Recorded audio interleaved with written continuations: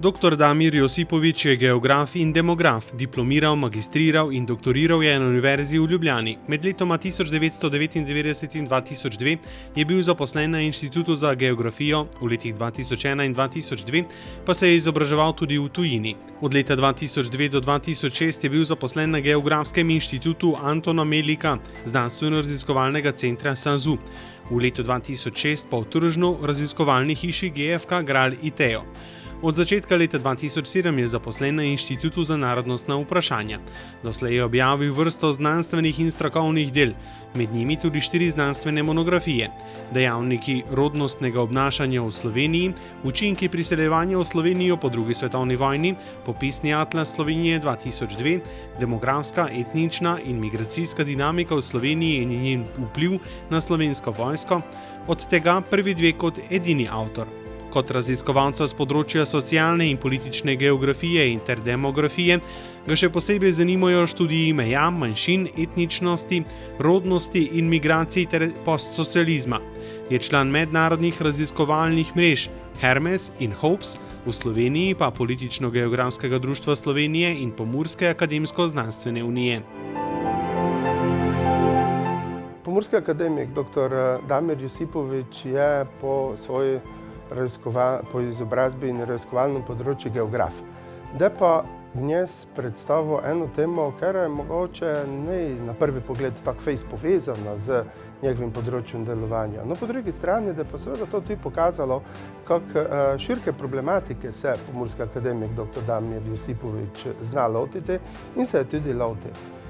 Govoril je o splavi. Seveda o splavi tudi povezano v kontekstu, kako vpliva prekinitev nosečnosti na območje, na Pomurje konkretno, da nam povedal, in pa nasploh na rast prebivalca, pa ne samo na rast prebivalstva, tudi na gospodarsko rast pač neke družbe. Fejs zanimivo, da čujete, kako so ekonomske razmere, nenazadnje tudi kriza, vplivali na to, na te odločitve o splavih po eni strani, no in po drugi strani seveda tudi bomo videli, kakšna je statistika. In pomurski akademik dr. Damir Josipović se tudi fejst strokovno loti te statistike, teh podatkov in poišče tiste prave razloge, ali pa vsaj nakaže pa nam v razmislek, zakaj je tako, kak je. In zavoljo toga seveda z velikim veseljem napovedujem današnje predavanje in vabim, da si ga v Kiper pogledamo.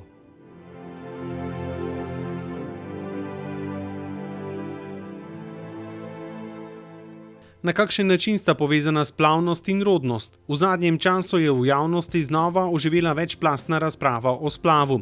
Kot je običajno pri tovrstnih temah, se dokaj hitro odvije ideološka polarizacija in z njo deljena mnenja. Pri tem se zelo malo argumentacije opira na podatke, ki so dostopni. Splavnost, s katero opredeljujemo kompleksno medodvisnost številnih dejavnikov, ki vplivajo na število splavov, lahko po podatkih spremljamo že več kot pol stoletja. Še posebej v zadnjih nekaj desetletjih so podatki široko dostopni in omogočajo podrobnejše analize.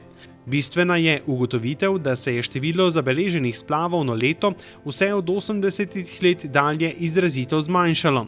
V predavanju analiziramo razvoj splavnosti v zadnjem obdobju in razlike po regijah, tako v času upravljanja splava, kakor v njegovi pogostosti.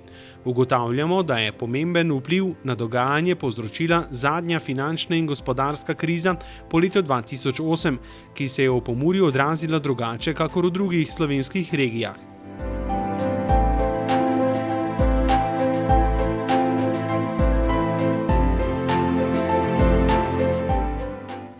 Število splavov se je od leta 1982, ko je doseglo vrednost kar 41 splavov na 1000 žensk v rodni dobi, do leta 2014 znižalo na 8,9 splava na 1000 žensk v rodni dobi. Vzroki za prekinitve nosečnosti, zlasti v mlajši reproduktivni dobi, bi lahko bili povezani z večjo prekarizacijo trga dela in strahom pred prvo zanositvijo, pri čemer je večina splavov medikamentnih, torej izvedenih zdravili. Pomurska regija je doživela največji relativni upad števila prebivalcev po izbruhu gospodarske krize. Med letoma 2008 in 2016 kar za 6006 prebivalcev.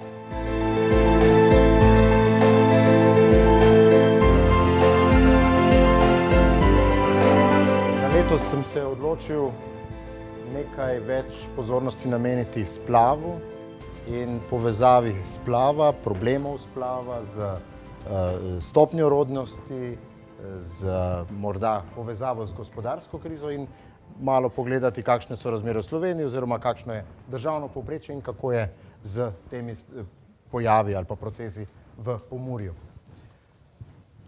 No, postavil sem neko hipotezo in sicer da smo domnevali, da je gospodarska kriza po letu 2008 prispevala k povišani stopnji splavnosti oziroma k večjemu številu splavov, se pravi večjemu številu, kot je bilo to prej.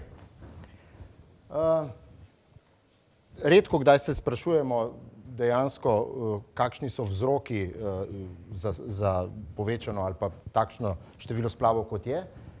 Morda še manjkrat povezujemo to z zadnjo gospodarsko krizo, ki zdaj že 8 let, odkar je izbruhnila, pa v marsikaterem segmentu še vedno obstaja oziroma poteka in ima svoje zelo neprijetne posledice, vključno s tem, kar je kolega Pojbič povedal z prekarizacijo družbe in tako naprej. No, pri splavu je to nekoliko težje povezati, zato je za začetek bilo potrebno zbrati nekaj podatkov in narediti neke primerjave, kako se splav po starosti razporeja. No, tukaj vidite na levi strani, na tem grafu, imate situacijo leta 2008, se pravi takrat, ko se je formalno v Sloveniji še ni začela kriza in tukaj je zadnji podatek, ki je dovolj celovit, da se ga lahko pripravi v tej obliki, se pravi po starostnih skupinah, iz leta 2013. Torej, spodaj boste videli, vsak stolpec predstavlja svojo 5-letno starostno skupino. Seveda nas pa tukaj zanimajo, bom rekel, zlasti ženske ali pa izključno ženske, ker so žal ženske tiste, ki so izpostavljene tej zelo veliki nevšečnosti zanje in za najbrž tudi njihove družine in partnerje, otroke in tako naprej, ukolikor zvedo za to. No, če pogledamo situacijo na leta 2008, vidimo, da se Pomurje, ki je prikazano z rdečimi stolpci, precej razlikuje od splošnega stanja v Sloveniji. Poglejte, kakšna je situacija recimo v starosti do 19. leta. Več kot 40% višja je bila splavnost, se pravi splavnost, to je mišljen cel ta proces števila splavov v določenem časovnem obdobju na določeno število žensk, se pravi, gre za ženske v rodni dobi, to je od 15. do 49. leta približno. No in vidimo, da se leta 2013 dejansko oba podatka zelo padeta, tako za Slovenijo kot za Pomurje, vendar interesantno v teh 5 letih je pomurska stopnja splavnosti v najmlajši starostni skupini žensk upadla pod slovensko povprečje, kar bi lahko rekli najbrž, da je pohvalno, najbrž. Lahko tudi ugotovimo, da na splošno, če pogledate rdeče stolpce, vidite, da so ti vsi skupaj nižji. Če bi vse te stolpce sešteli med seboj, potem bi lahko primerjali obe leti med sabo. Vidimo pa, da slovensko povprečje ni tako različno od leta 2008 kot recimo v letu 2013. Še več, lahko celo rečemo, da se je splavnost povečala v nekoliko starejših starostnih skupinah, se pravi, seli se v drugo polovico 30-ih postopoma. Vidite, da v letu 2008 je še do 30. leta, v 2013 pa vidite, da se je zadeva preselila v višje starosti. Spet je tukaj Pomurje nekako različno oziroma odstopa od povprečja.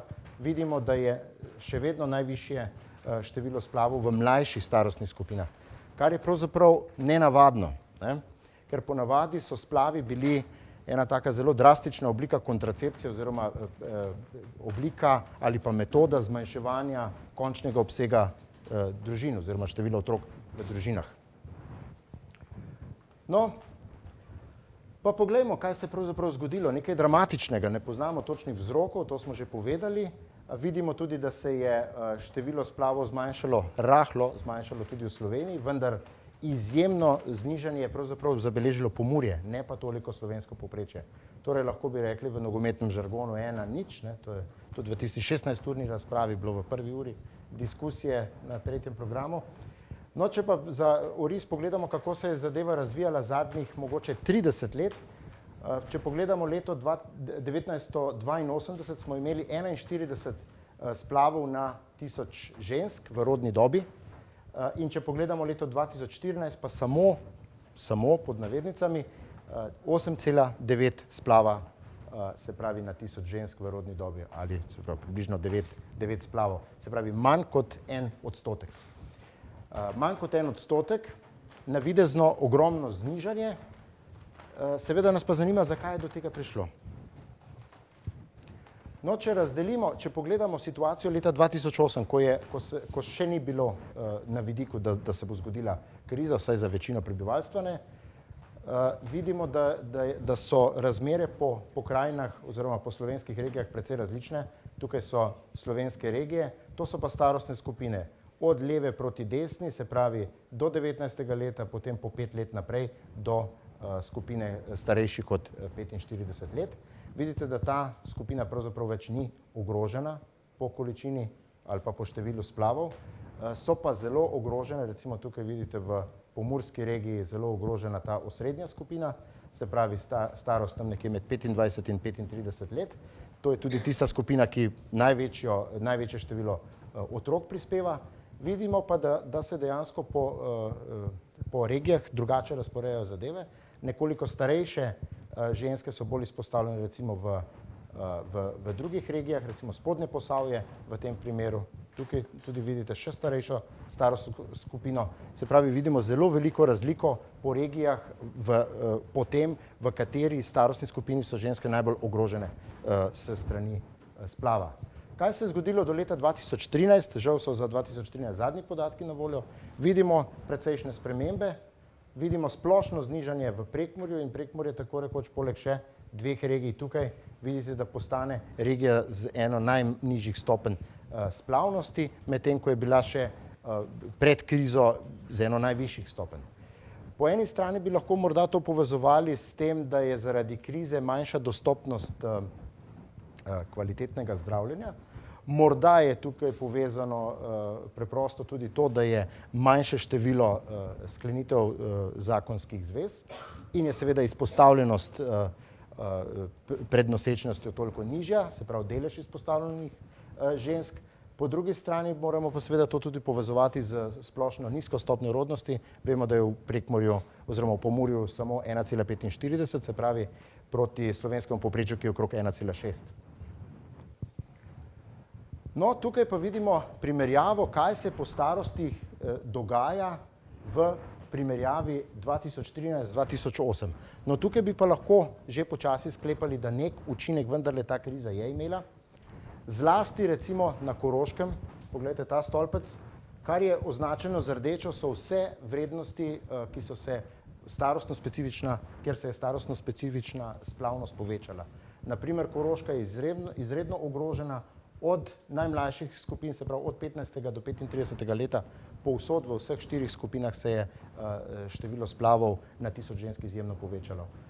Potem imamo nekaj podobnega tudi v jugovzhodni Sloveniji, se pravi, to je nekako Dolenjska, spet v starosti 25 do 35 let in potem najmlajša starostna skupina 15 do 25, vidite recimo tudi na Goriškem.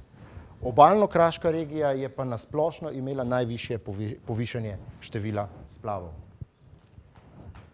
No, vidimo, da je pač odgovor na to zelo kompleksen, zato se treba pravzaprav vprašati, kako beležimo število splavov. No, zgodile so se znatne spremembe v metodologiji v zadnjih 10-15 letih, sploh pa v zadnjih morda 7-8 letih, nasplošno v statističnih podatkih za območje Slovenije prihaja do zelo bistvenega znižanja, kar se tiče naprimer samomorov. Po drugi strani pa seveda, ko to potem povezujemo z gospodarsko krizo, bi človek sklepal, ja, znižalo se je število samomorov, se pravi, gospodarska kriza ni tako huda, ne, bi se reklo, ker bi vsak najbrž pričakoval, da je na število samomorov vpliva gospodarska kriza. Naprimer, moški v starosti od 40 do 50 let so najbolj ogroženi, najvišja stopnja samomorilnosti je ravno v tej starostni skupini, pa vendarle vidimo, da se je število samomorov zmanjšalo. Seveda, ko bolj podrobno notri pogledamo, potem vidimo, da se je število samomorov preselilo v skupino nezgod, ki se seveda so se izjemno dvignile po letu 2008. Kar lahko tudi pomeni, da se je spremenila metoda tega, kako si vzameš življenje ali pa kako živiš nevarno ali pa ne vem, kako poskušaš frustracijo iz življenja prenesti nekam drugam in se lahko pač zelo slabo konča. No, pri splavih je morda tudi nekaj takega, ampak kaj? Morda niso zabeleženi vsi splavi, danes se nam to malo čudno sliši. A je to mogoče? No, obstaja velika inovacija, ki bo krojila tudi naslednjih 25 let, kot je Mičo pravilno ugotovil, tehnološka, hormonska kontracepcija oziroma nadzor nad rodnostjo bo strahovit. Število splavov najbrž se bo še znižalo. Treba je tudi povedati to, da večina teh splavov, ki se že zdaj opravljajo, se opravijo do 7. tedna nosečnosti, se pravi v zelo zgodnjih fazah razvoja zarodka.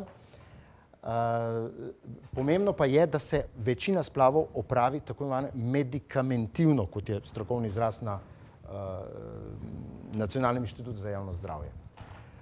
No, najnovejša inovacija je L1, to je tabletka, ki namesto 72 ur po nezaščitenem spolnem odnosu, ko se lahko zgodi spočetje, deluje tudi že po 120 ur po tistem. Se pravi, to je pa 5 dni že. Tako da se prihajajo pa na trg postopoma tudi take, ki bodo lahko uporabljene po 7 dneh, recimo. Trenutno so v fazi testiranja. Skratka, tukaj se nam obeta en velik genski inženiring, če se izrazim kar malo grobo. No, skratka, gre za močne stranske učinke, se veste, to morate razsuditi kompletno hormonsko ravnovesje v telesu, da se potem tista zadeva, ki je nezaželena, pač prekine.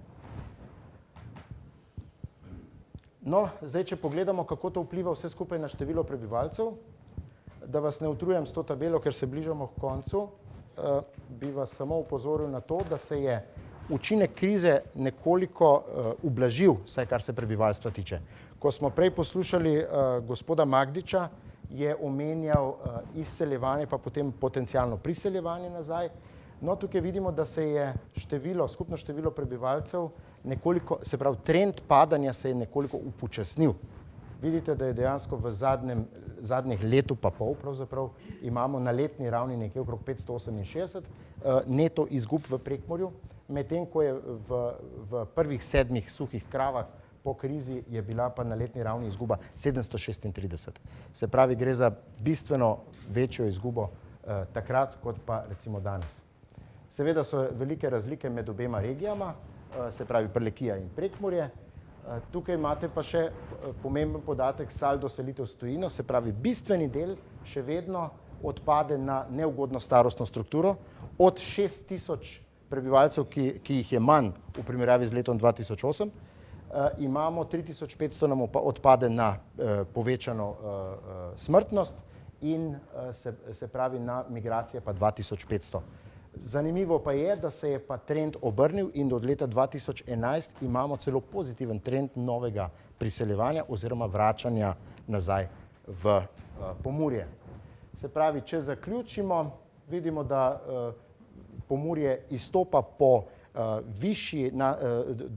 višji starosti ob smrti pri ženskah, se pravi, ženske nekoliko bolj zdravo živijo in pa moški so bistveno bolj ogroženi, ki pa 11 mesecev manj doživijo od slovenskega povprečja po teh, ki so umrli v zadnjih letih.